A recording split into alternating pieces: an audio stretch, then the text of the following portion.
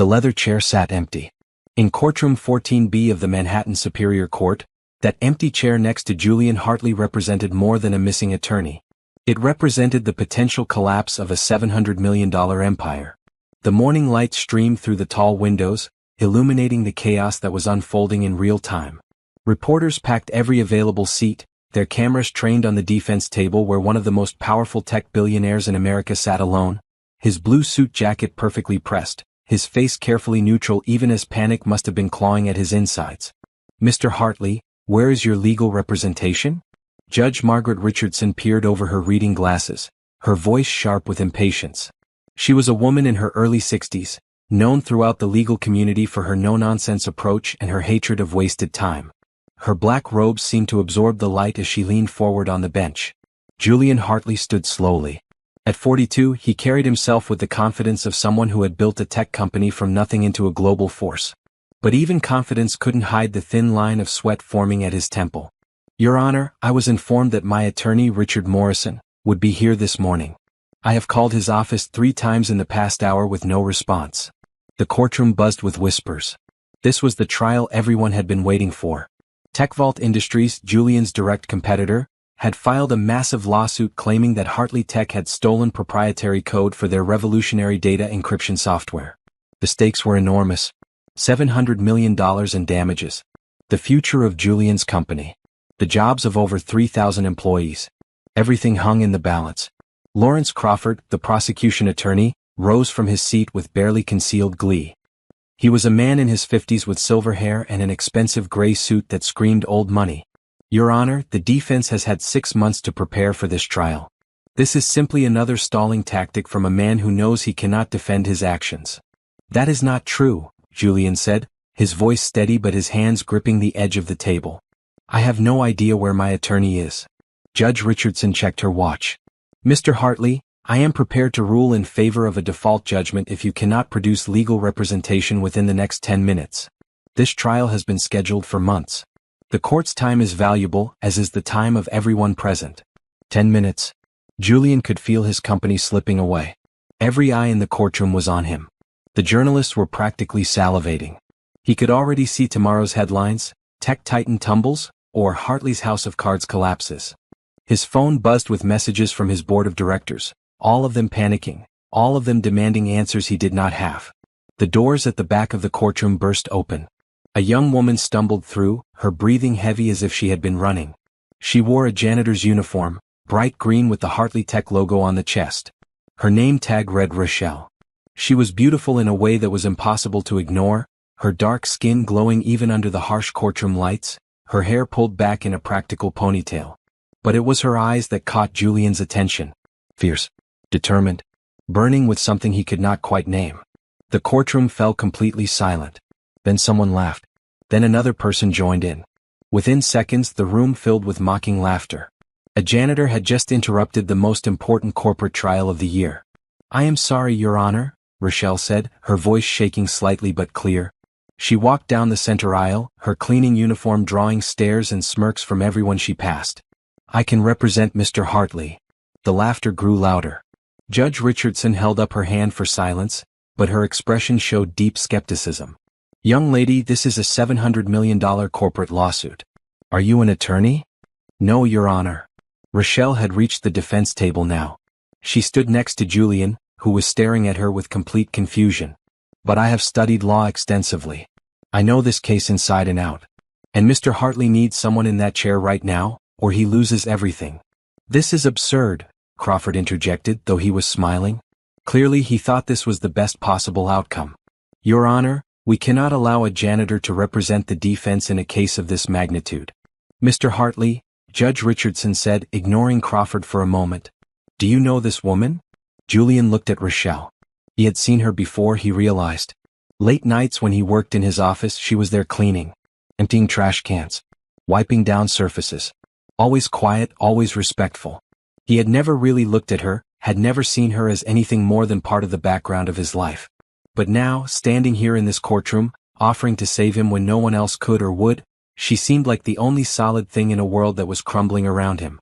"Yes," he said. "She works for my company." "And do you want her to represent you?" It was possibly the most insane decision he would ever make. A janitor representing him in a $700 million lawsuit. His board would call for his resignation. The media would destroy them both. But something in Rochelle's eyes told him she was not here as a joke. She was here because she believed she could win. Yes, Julian said. I want her to represent me. The courtroom erupted in chaos. Have you ever watched someone risk everything to save a stranger? What would you do in Julian's position? Would you trust someone the world was laughing at? Drop a comment below and let me know your thoughts. And if you want to see how this impossible situation unfolds, hit that subscribe button so you do not miss what happens next. Judge Richardson slammed her gavel down repeatedly. Order. I will have order in this courtroom. When the noise finally died down, she looked at Rochelle with a mixture of curiosity and concern. Young woman, what is your name? Rochelle Bennett, Your Honor. Ms. Bennett, I cannot allow you to represent the defense unless you can demonstrate that you have sufficient legal knowledge to do so. This is not a small claims case. This is a complex corporate litigation with hundreds of millions of dollars at stake. I understand, Your Honor. Rochelle's hands were trembling, but her voice grew stronger with each word. I studied at Columbia Law School for 2 years before personal circumstances forced me to leave. I have spent the past 4 years continuing my education independently. I may not have a law degree, but I have read every filing in this case. I have studied every precedent the prosecution plans to cite. I can do this. Judge Richardson studied her for a long moment. Then she looked at Julian. Mr. Hartley, I am going to allow this on one condition. If at any point I determine that Ms. Bennett is not competent to represent you, I will halt these proceedings and you will need to find proper legal representation or face default judgment. Do you understand? Yes, Your Honor, Julian said. Ms. Bennett, you may sit in that chair. But understand this, I will be watching your every move. One mistake, one sign that you are in over your head, and this trial is over. Yes, Your Honor. Thank you. Rochelle moved to sit in the empty leather chair, and for the first time since the morning began, Julian felt something that might have been hope. Crawford was shaking his head in disbelief, but he was still smiling. This was going to be easy. A janitor against his 20 years of corporate litigation experience. He could already taste victory. Ms. Bennett, Judge Richardson said, the prosecution has already given their opening statement. You may give yours now. Rochelle stood. Her legs felt weak and she could feel the weight of every eye in the room pressing down on her. The journalists had their cameras focused on her. The spectators were waiting for her to fail. Even Julian, she could sense, was holding his breath, wondering if he had just made the worst decision of his life. She walked to the center of the courtroom. For a moment she could not speak. Her throat felt tight. But then she remembered why she was here. She thought of Tyler, her 15-year-old brother, lying in a hospital bed fighting leukemia. She thought of the medical bills stacking up, the nights she had cried herself to sleep wondering how she would pay for his next round of treatment. She thought of every night she had spent cleaning Julian Hartley's office, reading the documents on his desk, teaching herself the law because she could not afford to go back to school. Your Honor, members of the jury, she began, her voice quiet at first but growing stronger, this case is not about stolen technology. It is about competition. It is about one company trying to destroy another because they cannot compete in the marketplace. The prosecution wants you to believe that Julian Hartley is a thief. But the evidence will show that every piece of technology Hartley Tech developed was created in-house, by his own team years before TechVault Industries even entered this space. She walked along the jury box, making eye contact with each person. Over the next few days I will prove to you that this lawsuit is baseless. I will show you documentation, emails, and testimony that demonstrate beyond any doubt that Hartley Tech is innocent of all charges. And when this trial is over, you will see that justice, real justice, is not about who has the most expensive lawyer or the loudest voice. It is about the truth. She returned to the defense table and sat down. The courtroom was silent. Even Crawford had stopped smiling. Judge Richardson nodded slowly. Very well. Mr. Crawford, call your first witness. As the trial officially began, Julian leaned over and whispered to Rochelle, "Why are you doing this?" She looked at him and for just a moment she let him see past the brave face she was wearing. "Because someone has to. And because I know you are innocent." Julian did not respond, but something shifted in his chest. This woman, this janitor he had barely noticed for 4 years, had just put her entire life on the line for him. And he was going to make sure she did not regret it. The trial had begun and nothing would ever be the same. 4 years earlier, Rochelle Bennett had been someone completely different.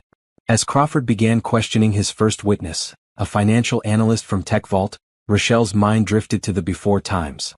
She forced herself to focus on the testimony, taking notes in careful handwriting, but memories kept pushing through.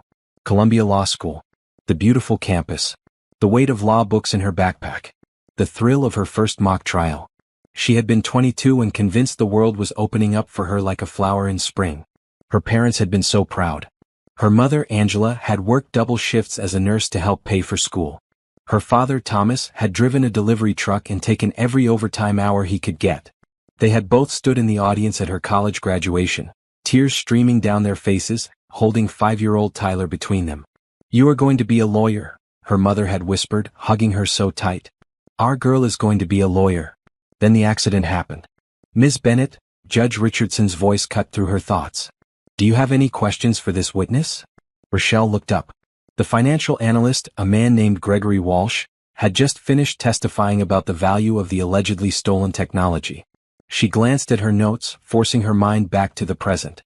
Crawford had tried to paint a picture of massive theft, of Julian systematically stealing from TechVault. She stood, smoothing down her green janitor's uniform. She was painfully aware of how she looked. Everyone in this courtroom was wearing expensive suits, tailored dresses, polished shoes. She was wearing the same uniform she had mopped floors in just last night. "Mr. Walsh," she began, walking toward the witness stand, "you testified that the encryption technology in question is worth approximately $200 million. Is that correct?" "Yes, that is our assessment." Walsh was a thin man in his 40s, wearing wire-rimmed glasses and a gray suit. "And how did you arrive at that number?" "Through a combination of market analysis, projected revenue loss, and the cost of research and development." Rochelle nodded. "Can you tell the jury when TechVault Industries first filed for a patent on this encryption technology?" Walsh shifted slightly. "March 15, 2021. "And when was that patent approved?" "October 2021. "Thank you, Mr. Walsh." Rochelle walked back to the defense table and picked up a document. She had spent 3 nights last week searching through the public patent database, cross-referencing every filing, following threads that no one else seemed to have noticed. "Your Honor, I would like to enter Defense Exhibit A into evidence. This is a patent application filed by Hartley Tech on January 8, 2020, more than a year before TechVault's filing." The courtroom stirred. Crawford stood quickly. "Objection, Your Honor. This document was not disclosed in discovery." "Your Honor," Rochelle said, "this is a public patent filing. It is available to anyone who searches the database. The prosecution had the same access to this information as the defense." Judge Richardson examined the document. "Objection overruled. The witness may examine the exhibit." Rochelle handed the patent application to Walsh. "Mr. Walsh, can you confirm that this is indeed a patent application for encryption technology filed by Hartley Tech in January 2020? Walsh read through the document, his face paling slightly. "Yes, this appears to be such a filing. And you would agree that January 2020 comes before March 2021? "Obviously." "So if Hartley Tech filed for this patent more than a year before TechVault, how could they have stolen the technology from your company?" Walsh opened his mouth, closed it, then said, "The technology described in this filing is not identical to what we are discussing. But it is substantially similar, is it not? I would need more time to analyze." "Mr. Walsh, you just testified under oath that you are an expert in this technology. Surely you can recognize similarities between 2 encryption systems." Crawford stood again. "Your Honor, the witness is being asked to make technical determinations outside his area of expertise." Rochelle turned to the judge. "Your Honor, Mr. Crawford presented Mr. Walsh as an expert witness qualified to assess the value and nature of this technology. I am simply asking him to do what he claimed he was qualified to do." Judge Richardson nodded. "The witness will answer the question." Walsh looked uncomfortable. "There are some similarities, yes." "Thank you, Mr. Walsh. No further questions." As Rochelle sat down, Julian leaned over and whispered, "Where did you find that patent filing?" "Your office," she whispered back. 3 months ago you left the application on your desk." I remembered it. Julian stared at her. She had been cleaning his office for 4 years, and all that time she had been learning, reading, absorbing everything. He had been so blind. The trial continued through the morning. Crawford called 2 more witnesses, both former Hartley Tech employees who claimed they had seen evidence of stolen code. Rochelle cross-examined each one, poking holes in their testimony with questions that revealed inconsistencies and potential bias. By lunch recess, the prosecution's case, which had seemed ironclad that morning, was starting to look shaky. In the courthouse cafeteria, Julian and Rochelle sat at a corner table. She had removed her name tag, but the uniform still drew stares. Julian had offered to take her somewhere nicer for lunch, but she had refused. "I only have an hour," she had said, "and I need to review my notes for this afternoon." "Rochelle," Julian said, watching her eat a salad while simultaneously reading through documents, "I need to understand something. Why are you really doing this? You could lose everything. If we lose this case, if I lose my company, you lose your job. You lose your income. This makes no sense." She looked up from her papers. Her eyes were tired, he noticed. Dark circles beneath them that makeup could not quite hide. "My younger brother has leukemia," she said quietly. "Tyler. He is 15. The treatments cost more than I can make cleaning floors. I have been saving every penny I can, but it is never enough. Last month, the hospital said if I could not pay more, they would have to move him to county care." "I did not know," Julian said. "Why did not you tell someone? We have employee assistance programs." "I did. They said because I was part-time, I did not qualify for full benefits." She smiled, but it was sad. "That night, I went to clean your office like always, and you had left out the case files for this lawsuit. I started reading them. At first, just out of curiosity. But then I saw what they were claiming. I saw the lies. And I got angry. Angry enough to risk your job? Angry enough to realize that if I could win this case, if I could prove that someone like me could stand up in that courtroom and fight for the truth, maybe people would notice. Maybe doors would open. Maybe I could get back to law school. Maybe I could save Tyler." She looked directly at him. "You gave me a job when no one else would hire me. You never treated me like I was invisible. When I worked late, you always said thank you. You probably do not remember, but once, when I was crying in the supply closet because I had just gotten a new hospital bill, you walked by and asked if I was okay. You did not have to do that." Julian did remember now. It had been about 6 months ago. He had been working late as usual and had heard someone crying. The girl, the janitor, had been sitting on the floor surrounded by cleaning supplies. He had asked what was wrong and she had wiped her tears and said it was nothing, family stuff. He had offered to help, but she had refused and gone back to work. He had forgotten about it by the next morning. "That is not enough reason to risk everything for me," he said. "It is enough for me." She went back to her papers. "Besides, I believe in what your company does. I have read every report, every study. Your encryption software protects the medical records of millions of people. Hospitals use it. Schools use it. If TechVault wins and takes your company apart, people get hurt. Real people. So yes, I am risking everything. Because it matters." Julian felt something crack open inside his chest. He had spent so many years focused on profits, on growth, on beating the competition, that he had forgotten why he started Hartley Tech in the first place. He had built it because he believed technology should protect people, not exploit them. And this woman, this janitor who cleaned his floors, understood that better than anyone in his entire executive team. "Rochelle," he said, "after this is over, win or lose, I want to help you. I want to pay for Tyler's treatments. I want to get you back into law school. You should not have to choose between saving your brother and finishing your education." She looked at him with surprise. "You do not have to do that." "I know, but I want to. You are saving my company. Let me help save your family." For a moment he thought she would refuse. She looked like someone who had spent her whole life being told she had to do everything alone, fight every battle by herself. But then her eyes filled with tears and she nodded. "Thank you," she whispered. "I accept. And I am grateful." They sat in silence for a moment and something passed between them. An understanding. A connection. This was more than just a lawyer and client. More than a billionaire and a janitor. They were two people who had found each other in the middle of a storm, and they were going to weather it together. The afternoon session began, and Rochelle stood before the jury once more, ready to dismantle the prosecution's case piece by piece. And Julian, watching her from the defense table, realized that the empty chair that morning had not been a disaster. It had been the beginning of something neither of them could have predicted. The afternoon sun streamed through the courthouse windows, casting long rectangles of light across the floor. Rochelle could feel the weight of exhaustion pulling at her, but she pushed it away. Crawford had just called his star witness for the day, a technology consultant named Patricia Hughes, who had written a detailed report claiming that Hartley Tech's encryption software contained code sequences identical to TechVault's proprietary work. Hughes was in her 50s, wearing a maroon blazer and carrying herself with the confidence of someone who testified in court regularly. She had impressive credentials. A PhD from MIT. 20 years of experience in software analysis. She was exactly the kind of witness who could sway a jury. Dr. Hughes, Crawford said, standing near the witness stand with a tablet in his hand, you have reviewed both TechVault's encryption software and Hartley Tech software, is that correct? Yes, I have conducted an extensive analysis of both systems. And what did you find?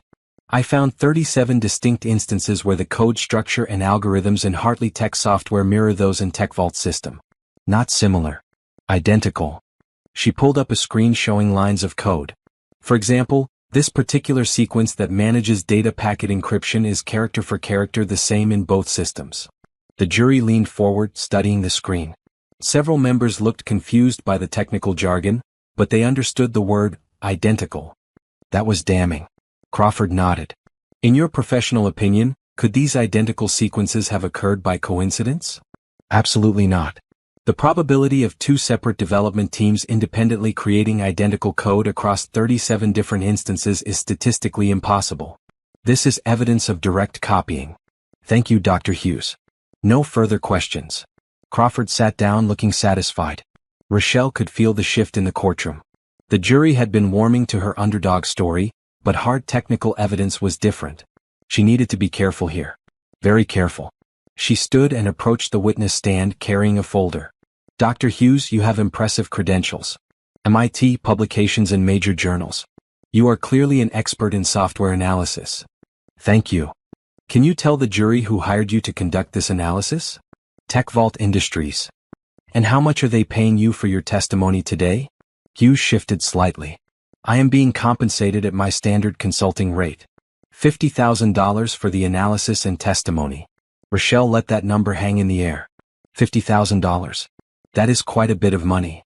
It reflects the level of expertise and time required for this type of analysis. Of course. Rochelle opened her folder. Dr. Hughes, when you conducted your analysis, did you examine the development history of both software systems? I examined the final products, yes. That is not what I asked. Did you look at the development history? The version control logs? The dated backups? Hughes paused. My analysis focused on the finished software as it exists today. So you did not look at when each piece of code was written? The timestamps can be manipulated. I focused on the code itself. Rochelle nodded slowly. Dr. Hughes, I am going to show you something. She pulled out a thick binder. This is the version control history for Hartley Tech's encryption software, going back 6 years. Every change, every update, every modification is logged here with timestamps and developer notes. Your Honor, I would like to submit this as Defense Exhibit B. Judge Richardson waved her forward. Rochelle handed the binder to the clerk, who marked it and returned it to her. She approached the witness stand and opened the binder to a marked page. Dr. Hughes, can you read the date on this entry? Hughes looked at the page. February 12, 2019. And what does the entry describe? It appears to be the initial development of an encryption algorithm. The same algorithm you identified as one of the 37 identical sequences? The notation suggests it could be related, yes. Can you now look at this document? Rochelle handed her another paper. This is TechVault's patent application for their encryption technology. What date was this application filed? Hughes read the document and her face tightened. March 2021. So Hartley Tech was working on this encryption algorithm in February 2019, more than 2 years before TechVault even filed their patent application. Does that change your opinion about who copied from whom? Code can be backdated, Hughes said, but her voice lacked conviction. These logs are stored on independent servers with blockchain verification, Rochelle said. They cannot be altered without detection. Are you suggesting that Mr. Hartley somehow hacked blockchain technology itself to fake his development history? Crawford stood. Objection. Argumentative. Sustained, Judge Richardson said. Ms. Bennett, rephrase.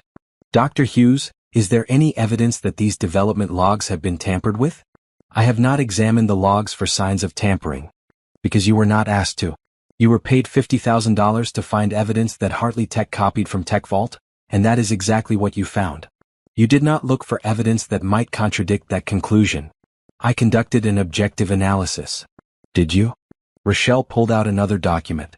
Dr. Hughes, Is it true that you previously worked for TechVault Industries as a consultant on 3 other projects? Hughes hesitated. Yes, that is correct. And is it true that TechVault has paid you a total of $230,000 over the past 5 years for various consulting projects? I would have to check my records, but that sounds approximately correct. So you have a long-standing financial relationship with the company that is suing Mr. Hartley. A company that has paid you nearly $250,000. And now they are paying you another $50,000 to testify that their competitor stole from them. Do you see how that might look to an objective observer? Crawford stood again. Your Honor, Dr. Hughes's previous work relationship does not invalidate her expertise or her findings. It speaks to bias, Your Honor, Rochelle countered. Judge Richardson looked thoughtful. I will allow the jury to weigh this information as they see fit. Continue, Ms. Bennett. Rochelle turned back to Hughes. Dr. Hughes, I have one final question. In your analysis, did you consider the possibility that TechVault might have copied from Hartley Tech? That was not the scope of my investigation. So you were specifically hired to find evidence that Hartley Tech stole from TechVault, and you did not investigate whether the reverse might be true? I analyzed what I was asked to analyze. Thank you, Dr. Hughes. No further questions. As Rochelle returned to the defense table, she could see the jury's expressions had changed. They were thinking now, questioning. The technical expert did not seem quite so credible anymore. Julian leaned over. That was brilliant. It was basic cross-examination, Rochelle said, but she allowed herself a small smile. I learned it from the case files I read in your office. The rest of the afternoon passed in a blur. Crawford called 2 more witnesses, but each time, Rochelle managed to find the weak spots in their testimony. By the time Judge Richardson adjourned for the day, the prosecution's seemingly solid case had more cracks than a broken mirror. Outside the courthouse, reporters swarmed them. Cameras flashed. Microphones thrust forward. Mr. Hartley, is it true your lawyer abandoned you? Ms. Bennett, where did you go to law school? Is this relationship romantic or strictly professional? Julian put his hand on Rochelle's back, guiding her through the crowd. His security team formed a barrier, pushing the reporters back. They reached his car, a sleek silver sedan, and climbed inside. The driver pulled away from the curb, leaving the chaos behind. In the quiet of the car, Rochelle let out a long breath. The adrenaline that had kept her going all day was fading, and suddenly she felt every ounce of her exhaustion. Her eyes burned. Her body ached. You did amazing today, Julian said. I got lucky. Crawford's witnesses were not as prepared as they should have been. It was not luck. You outworked them. You found things they missed because you have been studying this case for months, and they probably just reviewed their notes the night before. Rochelle looked out the window at the city passing by. People walking home from work. Street vendors selling hot dogs. A woman pushing a stroller. Normal life happening all around them while inside this car. She felt like she was living in some alternate reality. Julian, she said quietly, what happens if we lose? We will not lose. But if we do? He was quiet for a moment. If we lose, I pay the damages. The company survives, but in a weakened state. I probably have to sell off divisions, lay off workers. It will take years to recover if we ever do. I am sorry. For what? For not being a real lawyer. For probably making things worse by showing up today. Julian reached over and took her hand. The gesture surprised them both. Her hand was small in his, calloused from years of cleaning work. His was smooth, the hand of someone who had spent his life typing on keyboards and signing contracts. You saved me today, he said. A real lawyer would have shown up and done the minimum. You fought. You cared. That means more than any degree. Their eyes met, and for just a moment the rest of the world fell away. There was something in his gaze that made Rochelle's breath catch. Something warm and real and terrifying in its intensity. Then the moment passed. Julian released her hand and looked away, clearing his throat. We should go to my office. We have work to do for tomorrow. My shift starts at 8, Rochelle said. I clean the offices at night. Not anymore. As of today, you are officially my general counsel, at least until this trial is over. Your salary is $100,000 a year. Your brother's medical bills are covered. And you are not cleaning another floor. Rochelle stared at him. $100,000 a year. Her brother's treatments covered. It was more than she had dreamed possible. I accept, she said, and she meant it with her whole heart. Thank you. Julian smiled, and it transformed his face. He was always handsome, but when he smiled, really smiled, he was something else entirely. They spent that evening in his office, high above the city, surrounded by case files and legal briefs. They ordered Chinese food and ate it straight from the containers, reviewing testimony and preparing for the next day. As the night deepened and the city lights sparkled below them, Rochelle felt something she had not felt in 4 years. Oh. Julian's office occupied the entire top floor of the Hartley Tech building, a gleaming tower of glass and steel in downtown Manhattan. Rochelle had cleaned this space hundreds of times, but she had never really looked at it. Not like this. Not sitting in one of the leather chairs as an equal rather than kneeling on the floor with a mop. The space was massive and modern.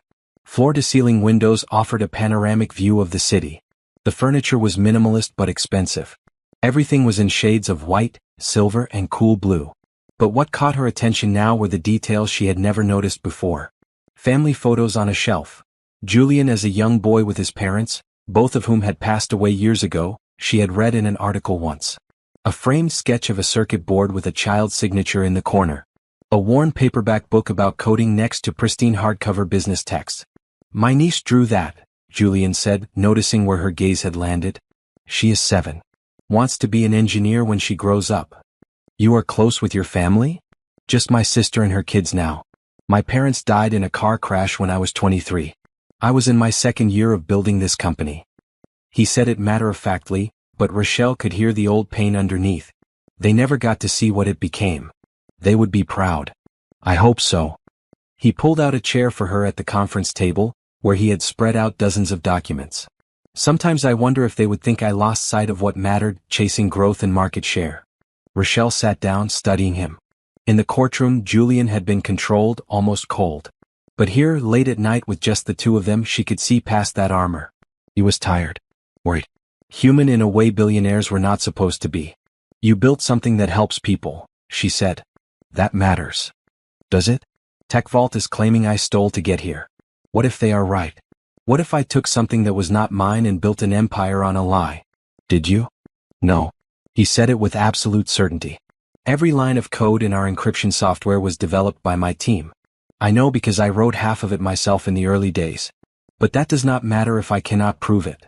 Rochelle pulled a document toward her. Then we prove it. We have the development logs. We have the patent applications. We have the timeline. Crawford's case is built on the assumption that you copied them, but we can show that the opposite is true. How? She stood and walked to a whiteboard on the wall, picking up a marker. We need to tell a story. The jury is not going to understand technical details about code and algorithms. But they will understand a story about innovation, about someone building something from nothing, and then someone else trying to steal it. She began writing on the board, creating a timeline. January 2017, you start developing the first version of your encryption software. May 2018, first patent filed. December 2018, software launched. Over the next 2 years you gain market share in clients. Hospitals, schools, government agencies. Julian was watching her with interest now. And then TechVault sees our success. Exactly. Rochelle drew another line. March 2021, TechVault files their patent. But look at the dates. They filed after you had already been in the market for over 2 years. They saw what you built and they decided they wanted a piece of it. But how do we prove they copied us? Rochelle tapped the marker against the board. We need someone from inside TechVault. Someone who was there when they developed their encryption software. Someone who can testify about where they got their ideas. That would be Derek Palmer. He was their lead developer on the project. But he is the one who started all this.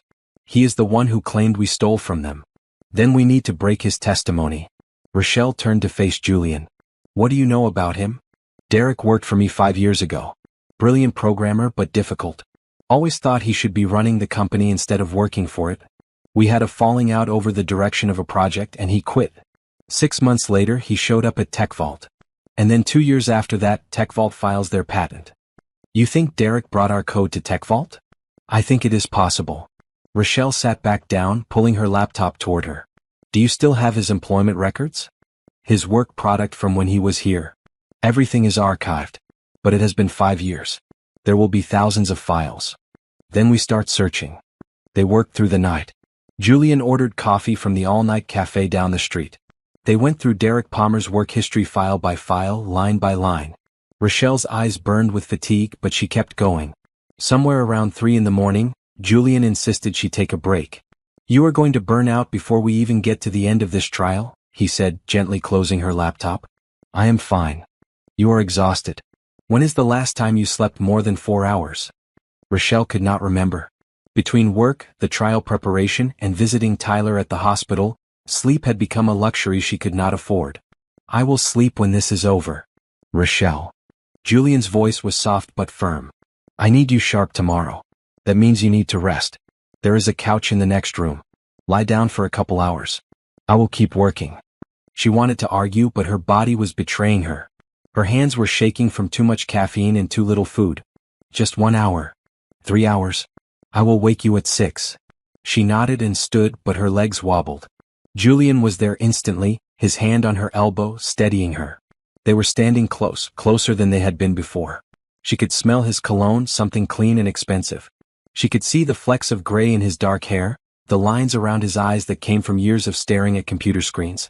Thank you, she whispered, for trusting me, for giving me this chance. You earned it.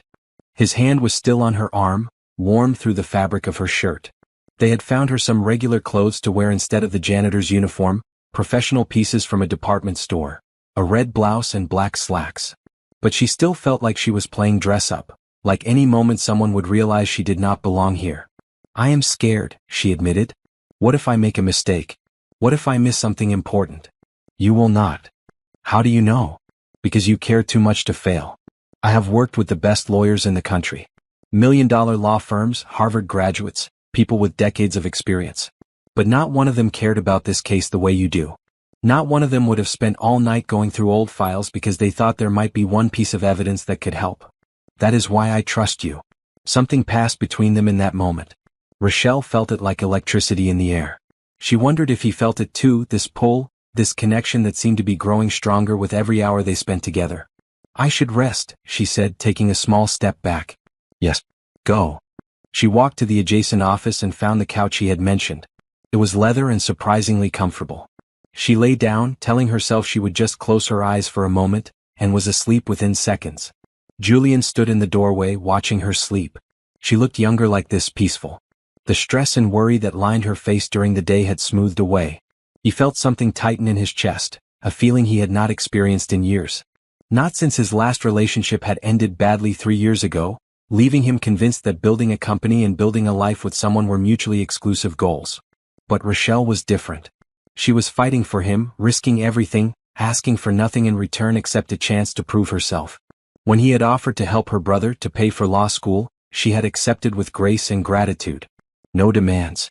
No expectations beyond what he offered freely. He returned to his desk and continued searching through Derek Palmer's old files. Around 4:30 in the morning he found something. A series of emails from 5 years ago, right before Derek quit. In them, Derek was corresponding with someone at TechVault, discussing new opportunities and valuable contributions he could make. Julian's heart rate picked up. This was it. Evidence that Derek had been talking to TechVault while still employed at Hartley Tech, evidence that he might have taken proprietary information with him when he left. He printed the emails and added them to the growing pile of evidence. Then he made himself a fresh cup of coffee and kept working. He wanted to have something concrete to show Rochelle when she woke up. He wanted to give her ammunition for the courtroom. At 6 o'clock he went to wake her. She was curled on her side, her hand tucked under her cheek. He almost hated to disturb her. Rochelle, he said softly, touching her shoulder. Her eyes opened immediately, alert. What time is it? 6. I let you sleep an extra hour. You needed it. She sat up, running her hands through her hair. Did you find anything? Come see. They returned to his office and he showed her the emails. She read through them, her eyes widening. This is perfect. This proves Derek was already in contact with TechVault before he left your company. If we can show that he took your code to them. We win, Julian finished. We win, she agreed. They looked at each other and the exhaustion did not matter anymore. Neither did the fear or the doubt. They had a path forward. We should get ready for court, Rochelle said. We need to look professional. Julian glanced at his watch. The trial does not start until 9. We have time. Let me take you to breakfast. You do not have to. I want to. Besides, you need to eat something other than take-out Chinese food. 20 minutes later, they were sitting in a small diner 3 blocks from the courthouse. It was the kind of place Julian never went to, with cracked vinyl seats and a menu that had not changed since 1985. But the coffee was hot and strong, and the pancakes Rochelle ordered were fluffy and covered in syrup. "This is my favorite place," she said, smiling for the first time in what felt like days. "My dad used to bring Tyler and me here on Sunday mornings. It is nice." Julian was having scrambled eggs and toast, simple food that tasted better than most of the expensive restaurant meals he normally ate. "Can I ask you something?" Rochelle said. "Anything. Why did you really let me represent you yesterday? You could have asked for a continuance. You could have hired another lawyer." Julian set down his fork. "I told you. I saw something in your eyes. That is not a good enough reason to risk $700 million. Maybe not. But sometimes you have to trust your instincts. And my instincts told me that you were not there as a joke or to get attention. You were there because you believed you could help. That is rare. Most people in my world are motivated by money or power or prestige. You were motivated by something else. Something real. Justice?" Rochelle said with a small smile. "Maybe. Or maybe just a good heart." He looked at her across the table. "I have been so focused on building the company that I stopped seeing the people around me. My employees became assets on a spreadsheet. You reminded me that they are humans. You reminded me why I started all this in the first place. To help people." "To help people," he agreed. They finished breakfast and walked to the courthouse together. The morning was cool and clear, the kind of spring day that made New York City feel almost magical. Reporters were already gathering on the courthouse steps, but Rochelle felt ready this time. She was not just a janitor in a green uniform anymore. She was a lawyer fighting for someone she believed in. And maybe, just maybe, she was falling for him too. The courtroom was packed again. If anything, there were more people than the day before. Word had spread about the janitor representing the billionaire, and everyone wanted to see what would happen next. Rochelle could feel the weight of their stares as she took her seat at the defense table, but she kept her head high. She was wearing the same red blouse from yesterday, and Julian sat beside her in his blue suit, both of them projecting confidence they did not entirely feel. Judge Richardson entered and everyone stood. "Please be seated. Mr. Crawford, call your next witness." Lawrence Crawford rose, smoothing his gray tie. "The prosecution calls Derek Palmer." The courtroom doors opened and Derek Palmer walked in. He was in his late 30s with sandy brown hair and a lean build. He wore a dark blue suit and an expression of practiced sincerity. Rochelle watched him take the witness stand and swear to tell the truth, and she felt a cold knot form in her stomach. This was the key witness. The one who could destroy everything they had built. "Mr. Palmer," Crawford began, "can you please tell the jury about your professional history?" "I have been working in software development for 15 years. I graduated from Stanford with degrees in computer science and engineering. I have worked for several major tech companies, including a 5-year stint at Hartley Tech." "And what was your role at Hartley Tech?" "I was the lead developer on several projects, including early work on their data encryption systems." "The same encryption systems at the heart of this lawsuit?" "Yes." Crawford walked to his table and picked up a folder.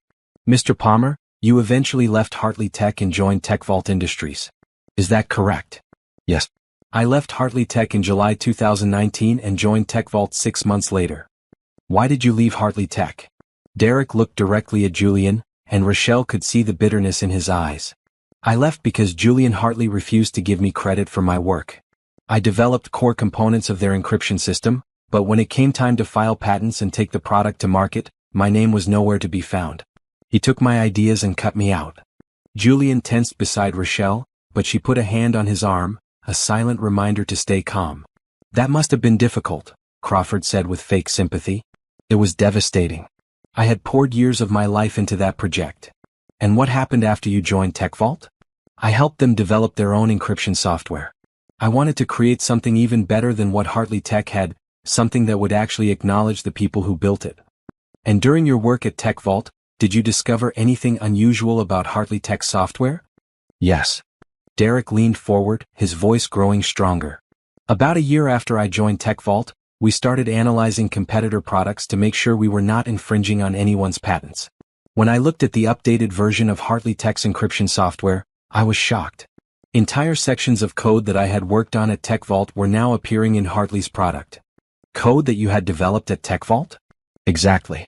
Code that could not have existed when I was still at Hartley Tech. Someone at Hartley had stolen our work and incorporated it into their software. And the timing made it clear. They waited until their product was already successful, then they stole from us to make it better." The jury was listening intently. Several members were taking notes. Rochelle could see the case shifting in the prosecution's favor, could feel the momentum swinging away from them. Crawford pulled up a screen showing lines of code. Mr. Palmer, can you walk the jury through a specific example? Of course. Derek stood and approached the screen. This function here controls how encrypted data is transmitted across networks. I designed this at TechVault in early 2021. It is a unique approach that I developed from scratch. And here. He pulled up another screen. This is the exact same function appearing in Hartley Tech software update from June 2021. Not similar. Identical. Thank you, Mr. Palmer. No further questions. Crawford sat down looking satisfied. Derek remained on the stand, his expression neutral but with a hint of triumph in his eyes. Judge Richardson looked at Rochelle. Ms. Bennett, your witness. Rochelle stood. Her mouth felt dry. Her hands wanted to shake but she forced them to be still. She walked toward the witness stand, carrying the folder of emails Julian had found the night before.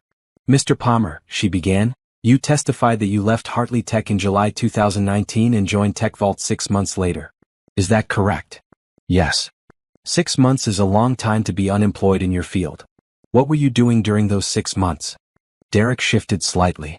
I was consulting. Taking time to consider my options. Consulting for whom? Various clients. Small projects. Can you name one? I do not remember off the top of my head. It was several years ago. Rochelle nodded slowly. Mr. Palmer, were you in contact with TechVault Industries while you were still employed at Hartley Tech? No. Are you sure? Yes, I am sure. Rochelle opened her folder. Your Honor, I would like to introduce Defense Exhibit C. These are emails recovered from the Hartley Tech server, dated between March and July 2019, between Derek Palmer and Thomas Wright, who was the CTO of TechVault Industries at the time. Crawford shot to his feet. Objection. These emails were not disclosed in discovery. Your Honor, Rochelle said calmly, these emails were recovered from our own server last night. They are company property and were available to the prosecution during discovery if they had chosen to search for them. Additionally, they are directly relevant to Mr. Palmer's credibility as a witness. Judge Richardson reviewed the documents. Objection overruled. The witness may review the emails. Rochelle handed the papers to Derek. She watched his face pale as he read through them. Mr. Palmer, can you read the date on the first email? March 15, 2019. And at that time, you were still employed by Hartley Tech? Yes. Can you read the subject line? Derek hesitated. Discussion of future opportunities. And can you read the first line of the email that you sent to Mr. Wright? Derek's jaw tightened. I am interested in exploring opportunities at TechVault. I believe I can bring valuable knowledge and experience to your team. Valuable knowledge.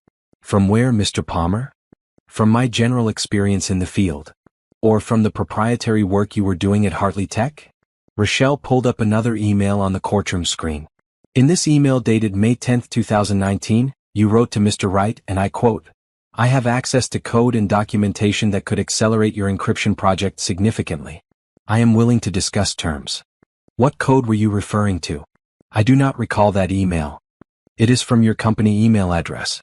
Are you saying you did not write it? I may have been referring to publicly available information. Publicly available information that would accelerate TechVault's encryption project significantly? Mr. Palmer, were you planning to take Hartley Tech's proprietary code to TechVault? No. Then what code were you offering? Derek was sweating now. I do not remember. This was years ago. Rochelle let the silence stretch out. The jury was watching Derek carefully, and she could see doubt forming on their faces. Mr. Palmer, you testified that you discovered Hartley Tech had stolen code from TechVault in 2021. But these emails show that you were offering to bring code to TechVault in 2019, 2 years earlier. Is it possible that the code you are claiming was stolen from TechVault was actually code you took from Hartley Tech? That is not what happened. How can you be sure? You just testified that you do not remember these emails from 2019. Maybe you also do not remember whether the code originated at Hartley Tech or TechVault. Crawford stood. Objection. Speculation. Withdrawn, Rochelle said. Mr. Palmer, you testified that you left Hartley Tech because Julian Hartley did not give you credit for your work. Is that correct? Yes. Were you listed as a co-inventor on any patents? No. Why not? Because he cut me out. Rochelle pulled out another document. This is the patent application for the encryption technology in question. Can you read the list of inventors? Derek glanced at the paper.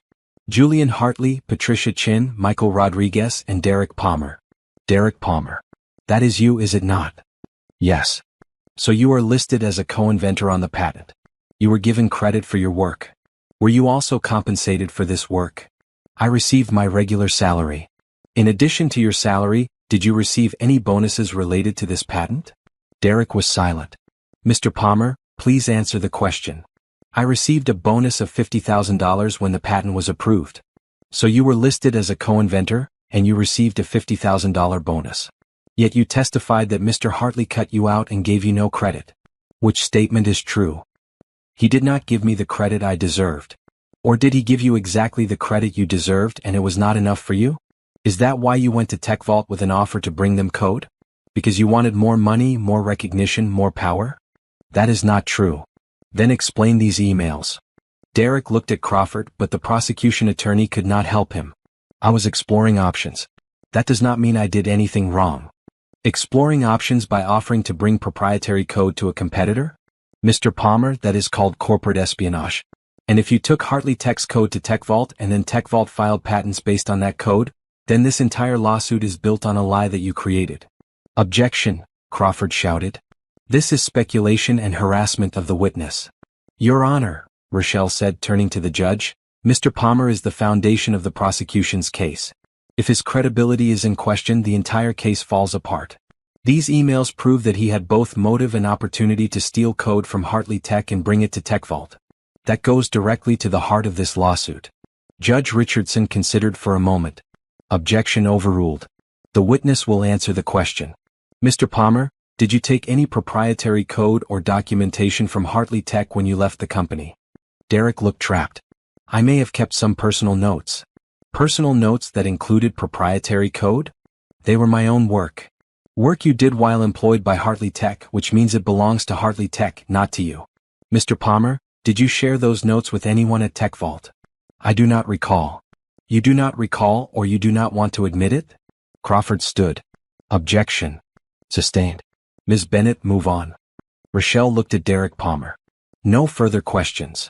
As she returned to her seat, she could feel the energy in the courtroom had shifted. Derek Palmer was no longer the sympathetic witness who had been wronged by a billionaire. He was someone with questionable motives and a history of offering to share proprietary information with competitors. Julian leaned over and whispered, "That was incredible." Rochelle did not respond. She was watching the jury. Some of them were looking at Derek with suspicion now, but others still seemed uncertain. The case was not won yet. Crawford tried to repair the damage during redirect examination. He asked Derek to explain the emails to clarify his intentions. But the doubt had been planted and everyone could see it. When the court adjourned for the day, reporters swarmed Rochelle and Julian on the courthouse steps. Ms. Bennett, do you think Derek Palmer committed corporate espionage? Mr. Hartley, are you going to press charges? Is there a romantic relationship between you two? Julian's security team pushed through the crowd, getting them to the car. Once inside, Rochelle let out a long breath. I might have pushed too hard. You did what you had to do. But if I am wrong, if Derek did not take the code, he did. Julian's voice was certain. I know him. I saw the way he looked when you showed him those emails. He is guilty, Rochelle. And tomorrow we are going to prove it. They returned to Julian's office and worked late into the night again. But this time there was hope mixed with the exhaustion. They were building a defense. A real defense. And maybe, just maybe, they were going to win. Around midnight, as they sat across from each other at the conference table, surrounded by papers and empty coffee cups, Julian reached across and took Rochelle's hand. Thank you, he said, for believing in me, for fighting for me. I do not know what I did to deserve this, but I am grateful. Rochelle looked at their joined hands. His was warm and strong, and something about the contact made her heart beat faster. I believe in doing what is right. And this is right. Is that the only reason? She met his eyes. No, she admitted quietly. It is not. Neither of them moved. Neither of them said anything more. But something had shifted between them, something that went beyond lawyer and client, beyond billionaire and janitor. They were two people who had found each other in the middle of a storm, and they were holding on. Rochelle had been staring at the same document for 20 minutes, and the words were starting to blur together. It was 2 in the morning, and she was alone in Julian's office while he had gone home to shower and change clothes. She had insisted he go, promising she would rest on the couch. But rest felt impossible when there was still so much work to do. The trial was going well. Better than anyone had expected. Derek Palmer's credibility had been damaged, and the jury was clearly questioning the prosecution's case. But Crawford still had witnesses lined up, and he was not going to give up easily. Rochelle needed something more. Something definitive. Something that would end this trial once and for all. She pushed away from the desk and walked to the window. The city spread out below her, millions of lights twinkling in the darkness.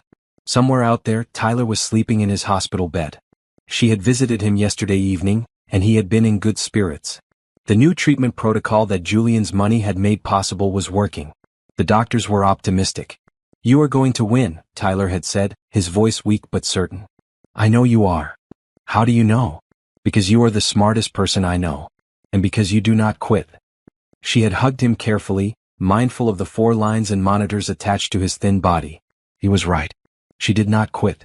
Even when things seemed impossible, even when everyone else had given up, she kept going. It was what had gotten her through her parents' death, through dropping out of law school, through 4 years of cleaning floors and studying law in stolen moments. She turned back to the desk and looked at the stacks of documents with fresh eyes. They had been so focused on proving that Derek Palmer had taken code from Hartley Tech that they had missed something. She could feel it like an itch at the back of her mind. She sat down and started going through Derek's old files again, but this time she looked for something different. Not what he had taken, but what he had left behind. 3 hours later, as dawn was starting to paint the sky pink and gold, she found it. It was buried in a folder labeled Archived Projects, filed under a project name she did not recognize. The file was dated August 2018, more than a year before Derek left the company. Inside were detailed design documents for an encryption algorithm. And the algorithm was identical to the one TechVault had patented in 2021. Rochelle's hands shook as she read through the documents. This was not just similar. This was exact. Every function, every variable, every line of logic was the same as what TechVault claimed they had developed independently. But that made no sense. If Derek had designed this at Hartley Tech in 2018, and then TechVault did not file their patent until 2021, that meant... She grabbed her phone and called Julian. He answered on the second ring, his voice thick with sleep. "Rochelle? What is wrong?" "I found something. You need to come back to the office right now." "What did you find?" "The proof. I found the proof we need." 20 minutes later, Julian burst through the office door, his hair still wet from the shower, wearing jeans and a green t-shirt instead of his usual suit. He looked younger like this, more approachable. Rochelle's heart did a small flip at the sight of him, but she pushed the feeling aside. "Show me," he said. She pulled up the files on her computer. "Look at this. These are design documents created by Derek Palmer in August 2018. Do you remember this project?" Julian studied the screen and slowly recognition dawned on his face. "I remember. We were exploring different approaches to encryption. Derek was working on this as one possible direction, but we ultimately went with a different design." "Why?" "This approach was innovative, but it had vulnerabilities. It was fast but not secure enough for the applications we were targeting. We needed something more robust." "So you shelved it?" "We archived it and moved on. That is standard practice. Not every idea makes it to production." Rochelle pulled up another screen. "Now look at this. This is TechVault's patent filing from March 2021. Read the technical description." Julian read and his eyes widened. "It is the same. Word for word in some places. This is Derek's design from 2018. "Exactly. TechVault did not develop this independently. Derek took his old work from Hartley Tech, the design you had rejected, and brought it to TechVault. They filed a patent on it, launched a product based on it, and then sued you claiming you stole from them. But if we rejected this design because it had security vulnerabilities, then TechVault's encryption software has the same vulnerabilities." Rochelle was already typing, pulling up reports and analysis. "And look at this. 6 months after TechVault launched their product, there were reports of security breaches affecting several of their clients. The breaches were never explained publicly, but if their encryption has the same flaws that Derek's original design had, the breaches were caused by those flaws," Julian finished. "Rochelle, this is huge. This does not just prove we did not steal from them. It proves they built their entire product on stolen work that we had specifically rejected." They looked at each other, and the exhaustion and stress of the past few days melted away. Rochelle felt tears pricking at her eyes. We can win this. We can actually win this. Julian moved around the desk and pulled her to her feet, wrapping her in a hug. She stiffened for just a moment, surprised, and then melted into his embrace. He was warm and solid, and she could hear his heart beating fast against his chest. Her face pressed against his shoulder, and she breathed in the clean scent of his soap. You are amazing, he murmured into her hair. Absolutely amazing. When they pulled apart, they were standing close, their faces inches apart. Rochelle could see gold flecks in Julian's dark eyes. She could see the faint stubble on his jaw, the curve of his lips. And she wanted, more than anything, to close the distance between them and kiss him. Julian seemed to be thinking the same thing. His gaze dropped to her mouth and his hand came up to cup her cheek. For a moment, they hung suspended in time, balanced on the edge of something that could change everything. Then Rochelle's phone buzzed, shattering the moment. She stepped back quickly, her cheeks flushing. We should get ready for court. Right. Yes. Court. Julian ran a hand through his hair, looking as flustered as she felt. I will call my IT team and have them verify these files, make sure we have everything we need to present this evidence. Good. That is good. Rochelle could not quite meet his eyes. I should go home and change. I will meet you at the courthouse. Rochelle. She stopped at the door and looked back. What you found, what you did, there are not enough words to thank you. She smiled. We are not done yet. But we are close. So close. 2 hours later, they were back in the courtroom. Rochelle was wearing a blue dress that Julian had sent to her apartment by courier, along with a note that said, You deserve to look as strong as you are. The dress fit perfectly, and when she walked into the courtroom, she felt different. Powerful. Like she belonged here. Crawford called his next witness, a cybersecurity expert who testified about the sophistication of TechVault's encryption technology. It was a last-ditch effort to shore up his case after Derek's damaged credibility. But Rochelle could barely focus on the testimony. She was waiting for her moment. When it was time for cross-examination, she stood and said, Your Honor, I have no questions for this witness. However, I would like to recall Derek Palmer to the stand. Crawford shot to his feet. Objection. The defense cannot recall a prosecution witness. Your Honor, we have discovered new evidence that directly relates to Mr. Palmer's testimony. The defense requests permission to recall him for further questioning. Judge Richardson looked intrigued. What new evidence? Evidence that Derek Palmer took work product from Hartley Tech and used it to develop TechVault's encryption software. Evidence that proves this entire lawsuit is based on technology that Hartley Tech developed and rejected years before TechVault ever filed their patent. The courtroom erupted in whispers. Crawford was arguing loudly, but Judge Richardson held up her hand. Mr. Palmer will be recalled. Bailiff, please bring him in. Derek Palmer entered the courtroom looking wary. He took the witness stand again, and Judge Richardson reminded him that he was still under oath. Rochelle approached with a tablet in her hand. Mr. Palmer, do you remember working on a project at Hartley Tech codenamed CypherX? Derek's expression became guarded. I worked on many projects. I do not remember all the code names. Let me refresh your memory. CypherX was an encryption algorithm you designed in August 2018. You spent 3 months on it before the project was archived. Do you remember now? Vaguely. Why was it archived? I do not recall. Rochelle pulled up the design documents on the screen. These are the original design documents you created. And here. She pulled up another screen, is TechVault's patent filing from March 2021. Mr. Palmer, are these not identical? Derek stared at the two screens. The courtroom was dead silent. They may have some similarities. Some similarities? Mr. Palmer, the code structure is identical. The variable names are identical. Even the comments in the code are identical. How do you explain that? The design principles are common in the field.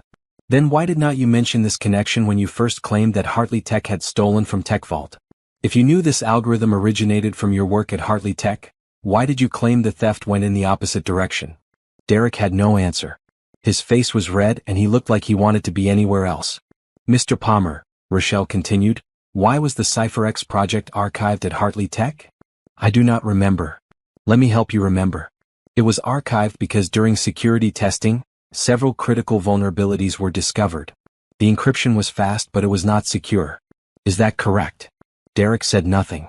And 6 months after TechVault launched their encryption product based on this same design, there were multiple security breaches affecting TechVault clients. breaches that were never fully explained. Mr. Palmer, did those breaches occur because TechVault's encryption had the same vulnerabilities that caused Hartley Tech to reject your original design? I cannot speak to TechVault's security record. But you can speak to whether you took a rejected design from Hartley Tech and presented it to TechVault as your own work. You can speak to whether this entire lawsuit is based on a lie that you created. Can you not? Crawford was on his feet. Objection. Argumentative. Sustained, Judge Richardson said, but she was looking at Derek with a very different expression than she had earlier in the trial. Rochelle turned to the jury.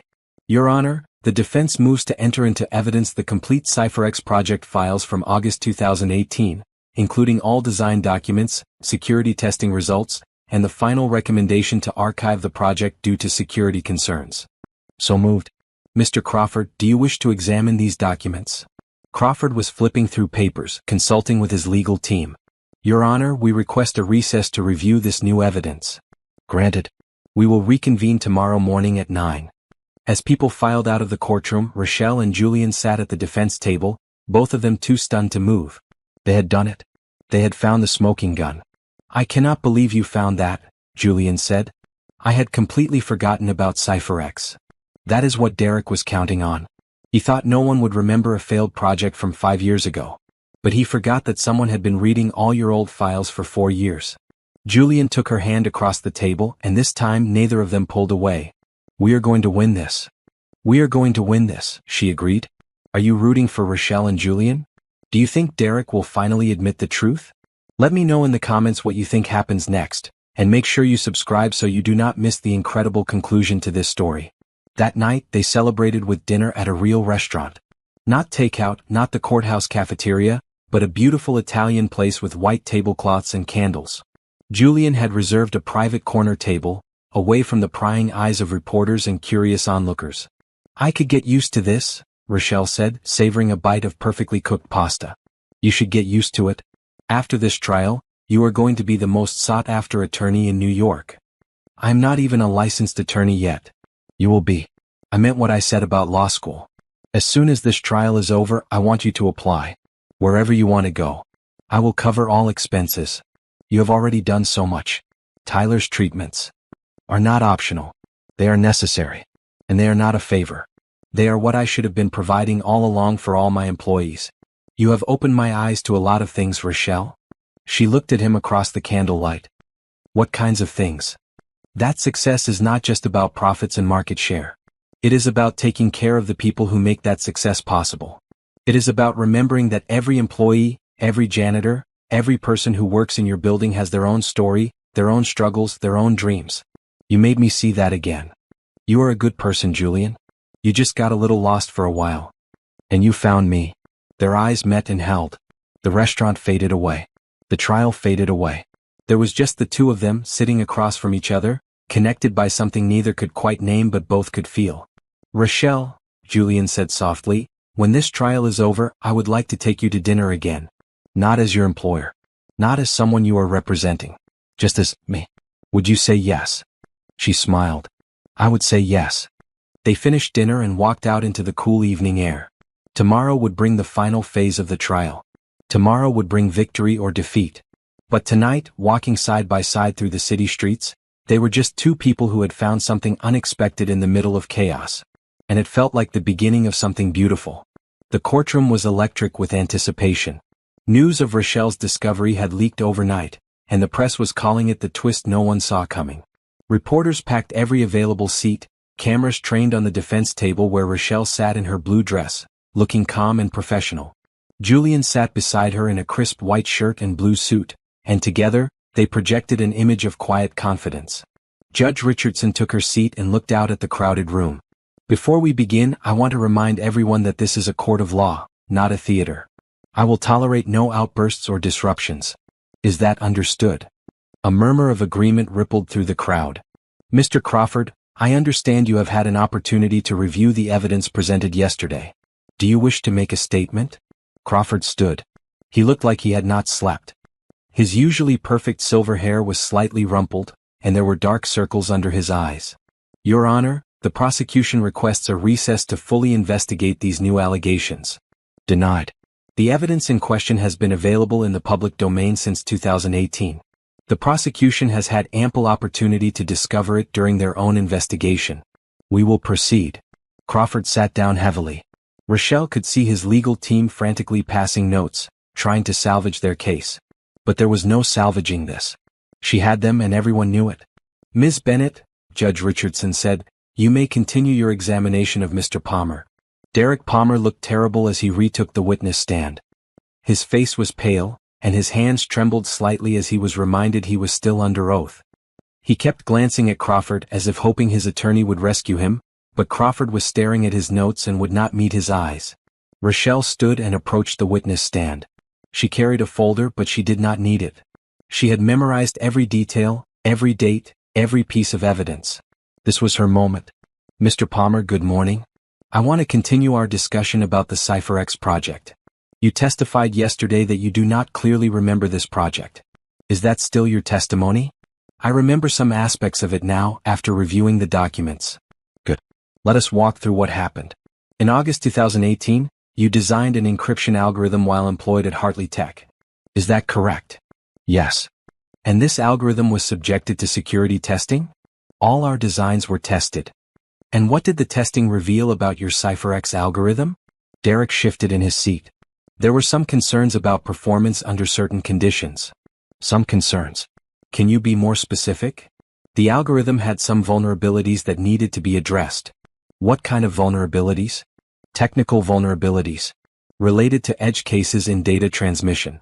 Rochelle pulled out a document and approached the witness stand. Mr. Palmer, this is the security testing report for CypherX, authored by the Hartley Tech security team in October 2018. Can you read the summary section for the jury? Derek took the document and his face went even paler. The report states that the algorithm has critical vulnerabilities that could allow unauthorized access under specific network conditions. Critical vulnerabilities. And what was the recommendation? To archive the project and pursue alternative approaches. So the algorithm you designed was deemed too insecure to use. Is that a fair summary? The technology was ahead of its time. The testing infrastructure was not sophisticated enough to properly evaluate it. That is not what the report says.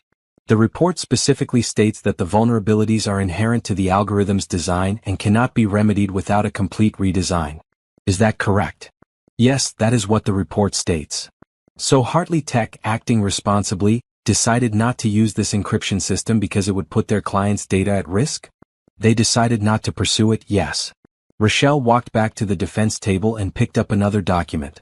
Mr. Palmer, after you left Hartley Tech and joined TechVault, you worked on their encryption software project. Correct? Yes. And you were the lead developer on that project? I was one of the lead developers, yes. In fact, Rochelle pulled up a press release on the courtroom screen. This press release from TechVault in May 2021 describes you as the chief architect of their revolutionary new encryption technology. Is that correct? That was how they described my role, yes. And this revolutionary new encryption technology was based on your CypherX design from Hartley Tech, was it not? Derek was silent. Mr. Palmer, please answer the question. The technology used similar principles. Similar principles? Mr. Palmer, we have already established that the code is identical. Are you now claiming that you independently recreated the exact same design you had made at Hartley Tech, down to the variable names and code comments? I built on my previous work. Your previous work that belonged to Hartley Tech, work that Hartley Tech owned because you created it while employed there. Work that Hartley Tech specifically rejected because it was insecure. You took that work to TechVault and presented it as a new invention. Did you not? Derek looked at Crawford desperately, but the prosecution attorney was staring at the table. I thought I could improve the design. Did you tell TechVault that this design was based on work you had done at Hartley Tech? I disclosed that I had previous experience in this area. That is not what I asked. Did you specifically tell them that you were using a design you had created while employed at Hartley Tech? A design that Hartley Tech had rejected due to security concerns. Derek swallowed hard. I may not have mentioned all the details. So you lied by omission. You let TechVault believe you had created this technology independently, when in fact you had taken it from your previous employer. I did not see it that way. How did you see it? I saw it as building on my own work. Work that belonged to Hartley Tech. Rochelle let that statement hang in the air. Mr. Palmer, After TechVault launched their encryption software in late 2021, were there security incidents involving their clients? I cannot speak to specific security incidents. You were the chief architect. You do not know if there were security problems? There may have been some minor issues. Rochelle pulled up a series of news articles on the screen. These are reports from December 2021 and January 2022 about data breaches affecting TechVault clients. Healthcare providers, financial institutions, even a government agency. Millions of records compromised. Mr. Palmer, were these breaches caused by the same vulnerabilities that Hartley Tech had identified in 2018? Derek stared at the screen and Rochelle could see him breaking. I do not know for certain. But it is possible, is it not? In fact, it is likely because those vulnerabilities were built into the core design, and you never fixed them. We tried to patch them. But the report from Hartley Tech said the vulnerabilities could not be fixed without a complete redesign. So every patch you attempted was just a temporary fix. And meanwhile, TechVault's clients were vulnerable to attack. How many people had their personal information stolen because you were too proud to admit you had taken a flawed design? Objection, Crawford said weakly. Speculation. Your Honor, Rochelle said, Mr. Palmer has admitted he built TechVault's encryption on his CipherX design. He has admitted that design had security vulnerabilities. And there is documented evidence of security breaches affecting TechVault clients. I am simply asking him to connect the dots he has laid out. Judge Richardson nodded. Objection overruled. Mr. Palmer, answer the question. Derek looked broken. I do not know exactly how many people were affected. But it was your design that put them at risk? Yes. The courtroom erupted. Judge Richardson had to slam her gavel 3 times to restore order. Rochelle let the chaos continue for a moment, let the jury and the spectators absorb what they had just heard. Then she turned back to Derek. Mr. Palmer, one final question. You filed this lawsuit claiming that Julian Hartley stole technology from TechVault. But the truth is that TechVault's technology was based on your work from Hartley Tech work that belonged to Hartley Tech work that was rejected because it was flawed. Is that correct? Derek looked at the floor. Yes. So this lawsuit is entirely without merit. Is that correct? I believed. I thought we had a case. You thought you could get away with stealing from your former employer and then suing them when they continued to innovate in the same space. But you were wrong. Objection, Crawford said, standing. Your Honor, this is badgering the witness. I withdraw the question, Rochelle said. I have no further questions for this witness. As she returned to her seat, the courtroom buzzed with conversation. Julian took her hand under the table and squeezed it. You did it, he whispered. You completely destroyed their case. Judge Richardson called for order. Mr. Crawford, do you wish to redirect? Crawford stood slowly. He looked at Derek Palmer, then at his notes, then at the jury. No, Your Honor. The prosecution rests. It was over. Crawford knew he had lost. There was no point in dragging it out further. Very well, Judge Richardson said. Ms. Bennett, does the defense wish to call any witnesses? Rochelle stood. Your Honor, the defense calls Julian Hartley to the stand. Julian looked surprised, but he stood and walked to the witness box. He was sworn in and took his seat, looking calm and composed. Mr. Hartley, Rochelle began, can you tell the jury about the early days of Hartley Tech? I started the company 8 years ago in my apartment.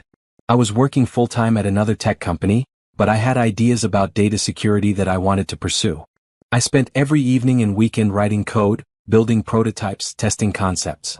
What motivated you to focus on data security? My mother was a nurse. When I was in college, the hospital where she worked was hacked. Patient records were stolen and sold on the dark web. My mother spent months helping patients deal with the aftermath. Identity theft, financial fraud, medical records being used to commit insurance fraud. It destroyed lives. I wanted to build something that would protect people from that kind of violation.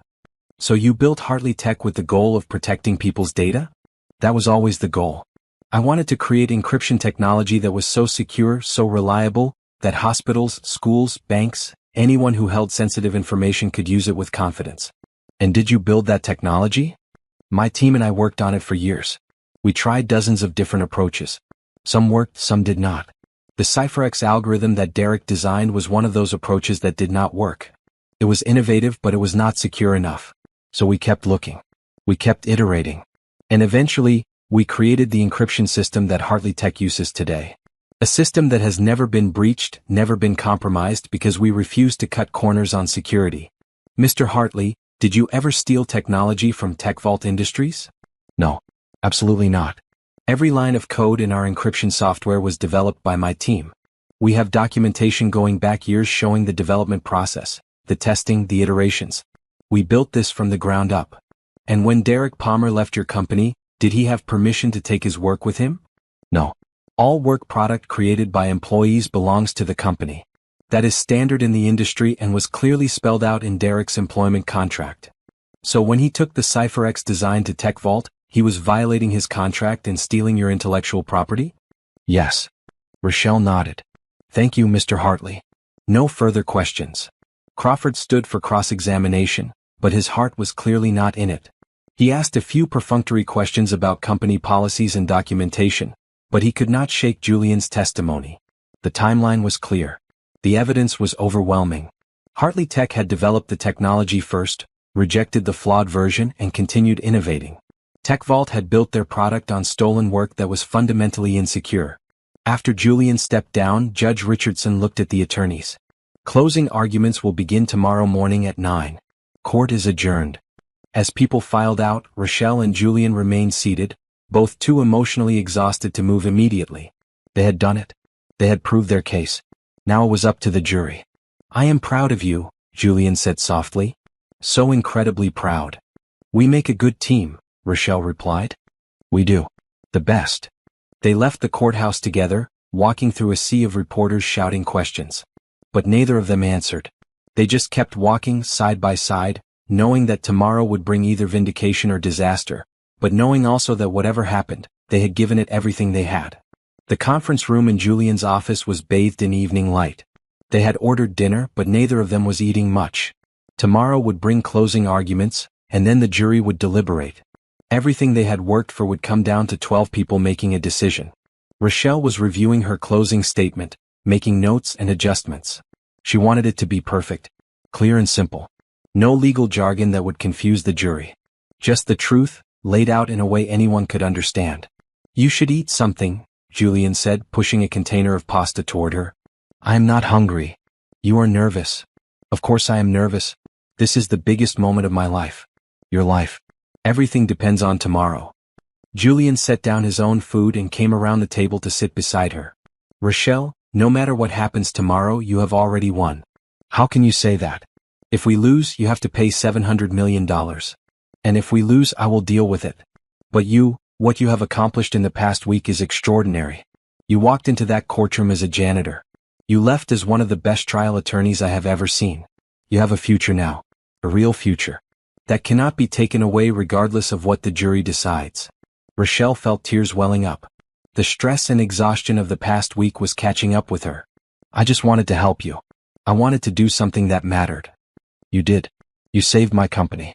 You saved me. And I want to make sure you understand how grateful I am. You have already done so much. Tyler's treatments. I want to do more. Julian took her hands, and the warmth of his touch made her heart skip. Rochelle, I want to pay for you to complete your law degree. Not just pay. I want you to go to the best school you can get into. Harvard, Yale, Stanford, wherever.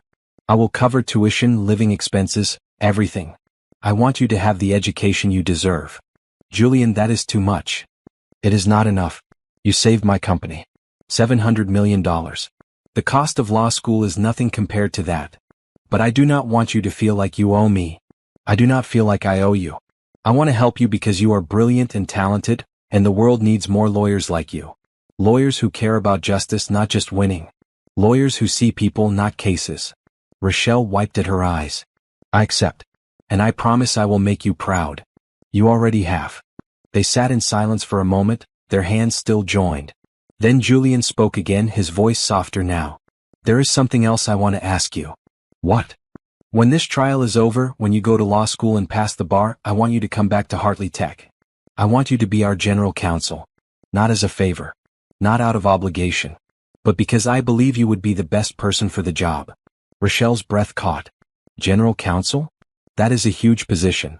You earned it this week. You proved you can handle pressure, think strategically, and fight for what is right. That is exactly what I need. I would be honored. Yes. Of course, yes. Julian smiled, and it was like the sun breaking through clouds. Good. That is settled then. Now we should talk about your salary. I have not even finished law school yet. I do not care. Name a number. Julian, I cannot. 300,000 a year to start, plus bonuses based on company performance. And full benefits including complete medical coverage for you and Tyler. Rochelle stared at him. 300,000 a year. More money than she had ever imagined having. That is too generous. It is market rate for a general counsel at a company our size. Maybe even slightly low. You are worth it, Rochelle. Stop selling yourself short. I accept. Thank you. I cannot tell you what this means to me. Julian stood and pulled her to her feet. They were standing close again like that moment in the office a few days ago. But this time neither of them pulled away. You changed my life, Julian said softly. You walked into that courtroom and you changed everything. You changed mine too, Rochelle whispered. You gave me hope when I had none left. They were leaning toward each other now, the space between them shrinking. Rochelle could feel her heart pounding. She knew they should not do this, not yet, not until the trial was over and the professional boundaries were clearer. But she wanted to. She wanted to feel his lips on hers, wanted to know if the connection she felt was real. Julian's phone buzzed, loud and insistent. They broke apart, both of them breathing hard. Julian checked his phone and smiled. It is the hospital. Tyler's doctor. He says Tyler's latest test results are excellent. The treatment is working even better than expected. Rochelle felt tears spilling down her cheeks, but they were happy tears this time. Really? Really? He says Tyler could potentially be discharged in a few weeks if he continues to improve. She covered her mouth with her hands, overcome with relief and joy. Julian pulled her into a hug and this time she let herself lean into him completely. He was solid and warm and she felt safe for the first time in years. Thank you, she whispered against his chest. Thank you for saving him. You saved him. You never gave up. You worked 2 jobs, studied law at night and still showed up every day to take care of him. That is what saved him. I just provided resources. They held each other for a long moment, and Rochelle realized that what she was feeling was more than gratitude. More than professional respect. She was falling for Julian Hartley. Maybe she had been falling for him since that day she burst into the courtroom, or maybe even before, during all those late nights when she cleaned his office and read his case files, learning about the man behind the billionaire facade. When they finally pulled apart, Julian cupped her face in his hands. After the trial, he said.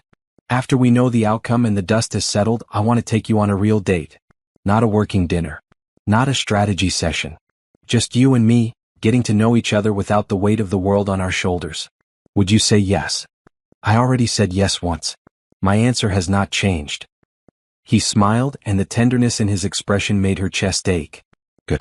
Because I think you are the most remarkable person I have ever met, and I want to spend time with you. A lot of time. I want that too. They spent the rest of the evening working on her closing statement together, but the atmosphere had changed. There was a lightness between them now, a promise of something beautiful waiting on the other side of tomorrow's verdict. When Rochelle finally left to go home around midnight, Julian walked her to her car. Get some rest, he said. Tomorrow is a big day. I will try. You too. Rochelle? Yes. Win or lose, I want you to know that meeting you, working with you, has been one of the best things that has ever happened to me. She stood on her tiptoes and kissed his cheek, a brief press of her lips against his skin. I feel the same way. As she drove home through the quiet streets, Rochelle felt something she had not felt in years. Not just hope, but genuine happiness. Tyler was getting better. She was going back to law school. She had a job waiting for her at one of the most successful tech companies in the country. And she had found someone who saw her, really saw her, and valued her for who she was. Tomorrow would bring the verdict. But tonight, for the first time in a long time, she believed that everything was going to be okay. The courthouse was a circus. News vans lined the street, satellite dishes pointed at the sky. Protesters stood on one side of the steps with signs supporting Julian, while another group on the opposite side held signs about corporate greed. Police officers maintained a barrier between the groups, and reporters pushed forward, trying to get quotes from anyone who would talk. Rochelle and Julian made their way through the crowd, flanked by security. She was wearing a maroon dress today, professional and confident. Julian wore a navy suit. They looked like a team. A real team. Inside the courtroom, every seat was filled. Rochelle recognized several high-profile journalists, a few celebrities who had taken an interest in the case, and even some politicians. This trial had become about more than just one lawsuit. It had become a story about underdog triumph, about justice, about whether the little person could stand up to the system and win. Judge Richardson took her seat and looked out at the packed room. Before we begin closing arguments, I want to remind everyone that the jury's decision, whatever it may be, deserves respect. This court will tolerate no demonstrations, no outbursts. Is that understood? Everyone nodded. Mr. Crawford, you may give your closing statement. Crawford stood. He looked like he had aged 10 years over the past week. His expensive suit could not hide his defeat. Ladies and gentlemen of the jury, he began, you have heard a lot of testimony over the past few days. The defense has tried to paint my client, TechVault Industries, as the villain in this story. They want you to believe that one of their former employees stole from them and then convinced an entire company to file a fraudulent lawsuit. But that is not what happened here. He walked toward the jury box. What happened is that a brilliant programmer, Derek Palmer, created innovative technology. Yes, he worked at Hartley Tech first. But the technology he developed at TechVault was new, different, better. The defense has shown you an old project, CypherX, but that project was abandoned. It was incomplete. What Derek created at TechVault was the finished version, the version that actually worked. Rochelle watched the jury carefully. Some were listening to Crawford, but several were shaking their heads slightly. They had heard the testimony. They knew the truth. Julian Hartley is a wealthy, powerful man, Crawford continued. He has resources that my client cannot match. He hired an expensive legal team. And when his lawyer did not show up, he found someone else to fight for him. But wealth and power do not make someone innocent. The evidence shows that Hartley Tech updated their software after TechVault filed their patent. That timing is not a coincidence. That is theft. He returned to his table. I ask you to look at the facts, not the emotional story the defense has tried to tell. Look at the evidence. And if you do, you will see that TechVault Industries deserves compensation for the technology that was stolen from them. Thank you. Crawford sat down. It was a weak closing and everyone knew it. The case had fallen apart and he was just going through the motions now. Ms. Bennett, Judge Richardson said, you may proceed. Rochelle stood and walked to the center of the courtroom. She had memorized her statement, but she did not need notes. She knew exactly what she wanted to say. Members of the jury, my name is Rochelle Bennett. 1 week ago, I was cleaning floors in the Hartley Tech building. I was a janitor. I wore a green uniform and pushed a mop cart. And when I walked into this courtroom and said I could represent Julian Hartley, you all laughed. Remember that? The laughter. Several jury members nodded, looking embarrassed. I do not blame you. I would have laughed too. A janitor defending a billionaire in a $700 million lawsuit? Sounds like a bad movie. But here is what you have learned over the past week. Titles do not matter. Uniforms do not matter. What matters is the truth. She walked along the jury box, making eye contact with each person. The truth is simple. Julian Hartley built a company based on innovation and hard work. He developed encryption technology to protect people's data because his mother was affected by a data breach. He wanted to make the world safer. And he did. Hospitals use his software. Schools use it. Government agencies use it. Millions of people are protected every day because Julian Hartley refused to cut corners on security. She paused, letting her words sink in. Derek Palmer worked for Julian. He was talented, but when he designed the CypherX algorithm, it had serious security problems. So Julian made the responsible choice. He rejected it. He told his team to keep working to find a better solution. And they did. Rochelle pulled up the timeline on the screen. Look at these dates. August 2018, Derek creates CypherX. October 2018, security testing reveals critical vulnerabilities. The project is archived. July 2019, Derek leaves Hartley Tech. But we have seen the emails. Derek was already talking to TechVault while he was still employed. He took the rejected CypherX design with him. And in 2021, TechVault filed a patent on that same design. She turned to face the jury directly. The prosecution wants you to believe that Julian stole from TechVault. But the evidence proves the opposite. Derek stole from Julian. He took a rejected design that belonged to Hartley Tech, presented it as his own work to TechVault, and then had the audacity to sue his former employer when they continued to innovate in the same space. Several jury members were nodding now. Here is what makes this even worse, Rochelle continued. The CypherX design had security flaws. We know this because Hartley Tech's testing found them. But Derek ignored those warnings. He convinced TechVault to build their product on that flawed foundation. And what happened? 6 months after launch, security breaches. Millions of people had their personal information stolen because Derek Palmer was too proud to admit he had taken a rejected design. She walked back to the center of the room. This lawsuit is not about protecting intellectual property. It is about Derek Palmer trying to cover up his theft and his mistakes by attacking the man who refused to compromise on security. It is about a competitor trying to destroy Julian's company because they cannot beat him in the marketplace. Rochelle's voice softened. I came to this courtroom 1 week ago because I believed in Julian Hartley. Not because he is rich. Not because he is powerful.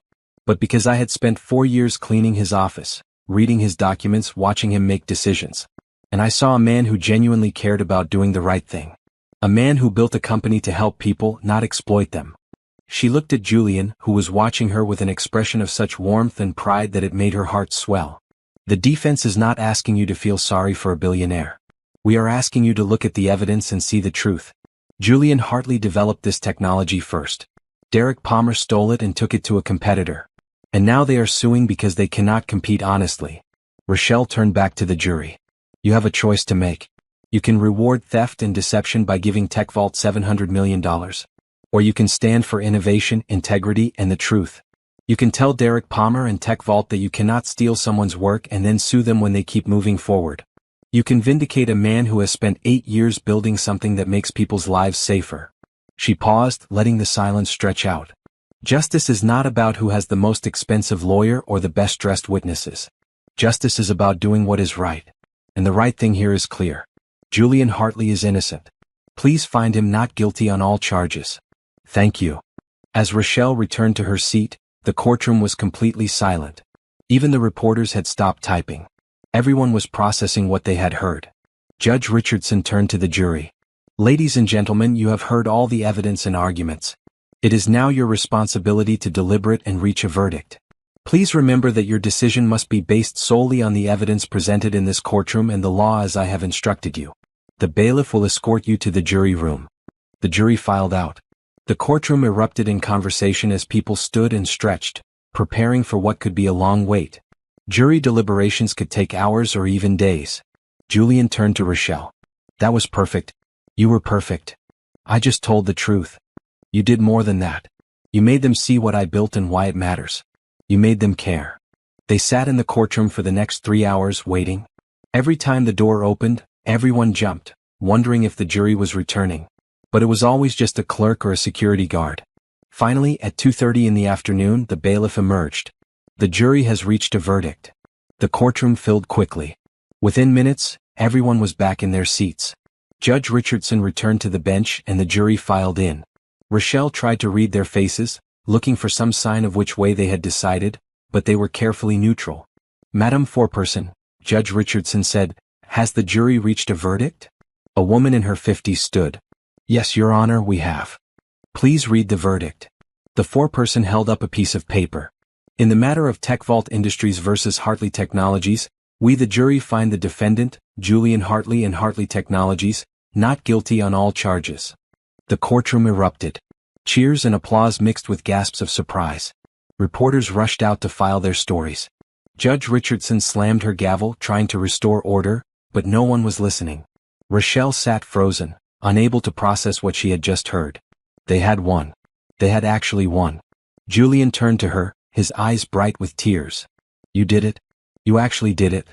And then he was hugging her, lifting her off her feet, spinning her around in the middle of the courtroom. She laughed, a sound of pure joy and relief, and wrapped her arms around his neck. When he set her down, they were both crying and laughing at the same time. Judge Richardson finally restored order. Mr. Crawford, the prosecution is dismissed. Mr. Hartley, Ms. Bennett, congratulations on your victory.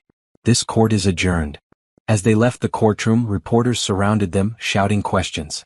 Ms. Bennett, what are you going to do now? Mr. Hartley, are you going to sue TechVault for damages? Is there a romantic relationship between you two? Julian held up his hand. We will make a statement at Hartley Tech headquarters tomorrow. Right now, we just want to celebrate. They made it to the car and collapsed in the back seat, both of them still in shock. I cannot believe it, Rochelle said. I actually won a $700 million case. We won, Julian corrected. We did this together. I need to call Tyler. She pulled out her phone with shaking hands and dialed the hospital. When her brother answered, she could barely speak through her tears. We won, Tyler. We won. I knew you would, Tyler said, his voice weak but happy. I never doubted you. That evening, Julian threw a celebration at his office. The entire staff was there, along with the board of directors and key clients. Everyone wanted to congratulate Rochelle, to shake her hand, to hear the story of how a janitor had saved the company. Around midnight, when most of the guests had left, Julian and Rochelle found themselves alone on the rooftop terrace.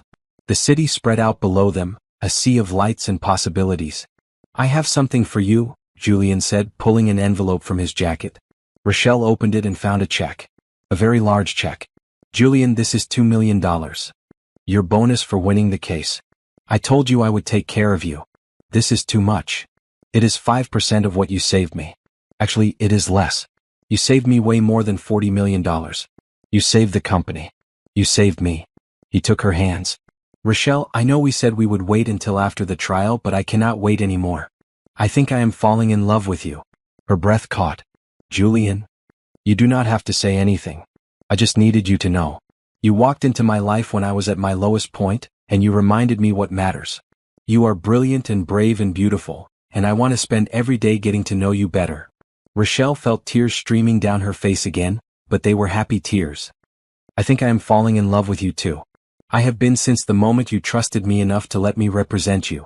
Julian cupped her face in his hands and leaned down, pressing his lips to hers. The kiss was soft and sweet and perfect, full of promise and possibility. When they finally pulled apart, they were both smiling. So, Julian said, are you ready to change the world together? Yes, Rochelle said. I really am. They stood on that rooftop, holding each other under the stars, knowing that this was just the beginning of their story. 6 months had passed since the trial ended, and the world looked completely different. Rochelle stood in front of the mirror in her new apartment, a beautiful 2-bedroom place in a building that offered views of the park. Tyler lived with her now, healthy and thriving. His cancer was in remission, and his doctors were optimistic about his long-term prognosis. He was back in school, catching up on everything he had missed and talking about maybe becoming a lawyer himself one day. Are you nervous? Tyler asked, appearing in the doorway. He was taller now, having gained back the weight he had lost during treatment. His smile was bright and genuine. A little, Rochelle admitted. She was wearing a green dress for today's event, professional and elegant. This is a big moment. You are going to be amazing. You always are. She had spent the past 6 months completing an intensive law program that Julian had arranged. It was not traditional law school, but a condensed program designed for people who already had significant legal experience. She had taken the bar exam 3 weeks ago, and the results had come yesterday. She had passed. Today was her official swearing-in ceremony as a licensed attorney. And tonight was an even bigger event, a celebration at Hartley Tech to announce her new role as general counsel. Julian arrived to pick them up in his car. He had been by her side through everything over the past 6 months. They had taken things slowly, dating properly, getting to know each other outside the pressure of the trial. They had gone to museums and restaurants, taken walks through the park, spent quiet evenings at home watching movies and talking about their dreams. They had not told anyone at Hartley Tech about their relationship yet. They wanted to wait until Rochelle was officially the general counsel, to avoid any appearance of impropriety. But everyone suspected. The way they looked at each other made it obvious. Ready? Julian asked when she opened the door. He was wearing a blue suit and looked incredibly handsome. Ready, she confirmed. The swearing-in ceremony was brief but moving. Rochelle stood before a judge, raised her right hand, and swore to uphold the Constitution and the laws of the state. When it was done, when she was officially an attorney, she felt like she had finally completed the journey she started so many years ago at Columbia. Her mother and father would have been so proud. That evening, the Hartley Tech building was transformed. The top floor had been decorated for a celebration. Employees from every department were there, along with board members, clients, and even some journalists. Everyone wanted to meet the woman who had won the impossible case and was now taking on one of the most important positions in the company. Julian stood at the front of the room and called for everyone's attention. Thank you all for being here tonight. 6 months ago, our company faced the greatest threat in its history. We were being sued for $700 million. Our attorney had abandoned us. Everything we had built was at risk of being destroyed. He looked across the room to where Rochelle stood. And then someone extraordinary stepped forward. A woman who had been working in this building for 4 years, studying, learning, preparing for a moment she did not know was coming. Rochelle Bennett saved this company. She saved all of our jobs. She reminded me what Hartley Tech was built to do: protect people, help people, make the world a better place. Everyone applauded. Rochelle felt her cheeks warm. Tonight, I am honored to officially announce that Rochelle has accepted the position of General Counsel at Hartley Tech. She has completed her legal education, passed the bar exam, and is now a licensed attorney. But more importantly, she is someone who understands what this company stands for. Someone who cares about our mission and our people. I can think of no one better to guide us legally as we continue to grow. The applause was deafening. People came forward to congratulate Rochelle, to thank her, to tell her how much her victory had meant to them. She shook hundreds of hands, accepted dozens of hugs, and smiled until her face hurt. Later in the evening, when the crowd had thinned somewhat, Julian found her on the rooftop terrace, the same place they had kissed 6 months ago. "How does it feel?" he asked, handing her a glass of champagne. "Surreal. I keep expecting to wake up and find out this was all a dream." "It is real. You earned every bit of this." They stood together, looking out at the city. "Julian, I have been thinking. Now that I am officially your general counsel, we need to be transparent about our relationship. We cannot keep it secret anymore." "I agree. I want everyone to know. I want to take you to company events as my partner. I want the world to see what you mean to me. People will talk. They will say I only got this job because we are together. Let them talk. Anyone who has seen you work knows you earned this position. And anyone who does not believe that does not belong at this company." Rochelle turned to face him. "I love you, Julian. I do not think I have said it enough. But I do. I love your integrity, your passion, your kindness. I love the way you care about your employees and your mission. I love everything about you." Julian set down his champagne and pulled her close. "I love you too, Rochelle. More than I ever thought I could love anyone. You challenged me, pushed me, made me remember who I wanted to be. You saved my company, but more than that, you saved me." They kissed as the city lights sparkled around them, and Rochelle felt like the luckiest person in the world. A month later, they made their relationship public. The media went crazy for the story. The janitor and the billionaire. The underdog lawyer and the tech mogul. It was a fairy tale, they said, except it was real. Rochelle threw herself into her work as general counsel. She reviewed contracts, advised on legal strategy, worked with the compliance team to ensure Hartley Tech maintained the highest ethical standards. She created an employee assistance program to help workers like she had been, people who were struggling financially or personally. She made sure everyone had access to the benefits and resources they needed. She also started a mentorship program, working with young people from disadvantaged backgrounds who were interested in law. She told them her story, showed them that where you start does not determine where you finish. She became a voice for people who felt invisible, people who cleaned floors and answered phones and did the work that kept companies running but rarely got recognition for it. Tyler graduated from high school with honors and was accepted to MIT to study engineering. He wanted to follow in Julian's footsteps, to build technology that helped people. Rochelle could not have been prouder. One evening, about a year after the trial, Julian took Rochelle to the small diner where they had eaten breakfast during the case. It was the same cracked vinyl seats, the same menu that had not changed since 1985. "Why are we here?" Rochelle asked, smiling at the nostalgia. "Because this is where I first realized I was falling in love with you," Julian said. "We were sitting at that table talking about the trial, and you mentioned your father bringing you here on Sundays. And I thought, this is someone special. This is someone I want in my life forever." Rochelle felt tears pricking at her eyes. "Julian?" He reached across the table and took her hand. "Rochelle Bennett, you walked into my life when I needed you most. You saved my company. You challenged me to be better. You showed me what real courage looks like. And I want to spend the rest of my life with you." He stood up and moved to her side of the booth, pulling a small box from his pocket. He opened it to reveal a simple but beautiful ring, a single diamond on a silver band. "Will you marry me?" Rochelle could not speak. She was crying too hard, her whole body shaking with emotion. She nodded frantically, and Julian laughed and slipped the ring onto her finger. "Yes," she finally managed to say. "Yes, yes, 1,000 times yes." The other diners in the restaurant had been watching, and they burst into applause. The waitress brought over free pie to celebrate. It was perfect, so perfectly them, celebrating their engagement in the same humble diner where they had shared that breakfast during the darkest days of the trial. They were married 6 months later in a small ceremony with close friends and family. Tyler was Julian's best man. The wedding was simple and beautiful, held in a garden with white roses and clear blue sky overhead. Rochelle wore a red dress because she was done with being invisible, done with blending into the background. She was ready to be seen, to be celebrated, to claim her place in the world. As they danced at the reception, Julian whispered in her ear, "Do you remember that day you burst into the courtroom? How could I forget? Everyone laughed at you. But you did not let that stop you. I was too stubborn to quit." "You were too brave to quit," he corrected.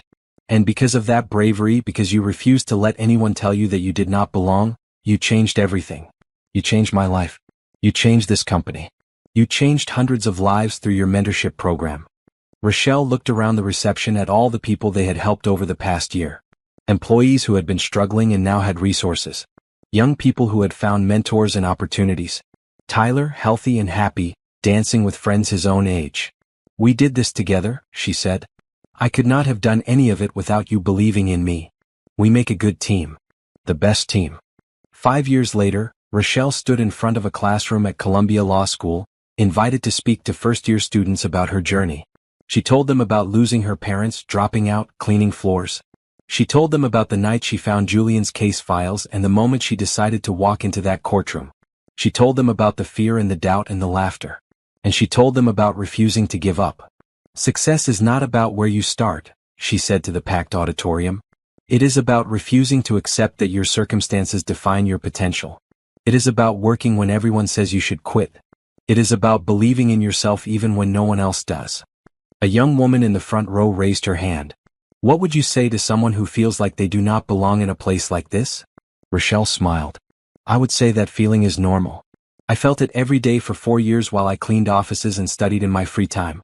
I felt it when I walked into that courtroom in my janitor's uniform. But here is what I learned. Belonging is not something others give you. It is something you claim for yourself. You work harder than anyone else. You prove your worth through action. And eventually, the world has to recognize that you belong because you made it impossible to ignore you." After her talk, dozens of students came up to thank her, to share their own stories of struggle and determination. She listened to each one, offered advice where she could, and reminded them that their dreams were worth fighting for. That night, she came home to find Julian in the kitchen cooking dinner. They had bought a house together, a beautiful place with a yard where they hoped to raise children someday. Tyler was living on campus at MIT but came home for holidays and summers. "How did your talk go?" Julian asked, kissing her hello. "It was wonderful. Those students have so much potential. So much hope. You give people hope, Rochelle. You always have." They ate dinner together, talking about their days, making plans for the weekend. It was ordinary and perfect. After everything they had been through, after the drama and the victory in the headlines, what Rochelle treasured most were these quiet moments. The normal, everyday life they had built together. Later, as they sat on the couch reading, Rochelle looked over at Julian and thought about that empty chair in the courtroom 5 years ago. That empty chair that had seemed like a disaster but had turned out to be the beginning of everything. "What are you thinking about?" Julian asked, noticing her gaze. "About how grateful I am. For you. For this life. For everything. I am the grateful one. You saved me, remember?" "We saved each other," Rochelle said. "That is what love does. It saves us and challenges us and makes us better than we ever thought we could be." Julian set down his book and pulled her close. "I love you, Rochelle Hartley. I love you too." They sat together in comfortable silence as the city lights twinkled outside their window. Somewhere out there were people who were struggling, people who felt invisible, people who were working multiple jobs and studying late into the night while the world overlooked them. Rochelle hoped her story would reach those people. She hoped they would hear about the janitor who represented the billionaire and won. She hoped they would see that circumstances do not have to define destiny. That hard work and determination and refusing to quit could change everything. Because kindness, hope, and love always lead the way.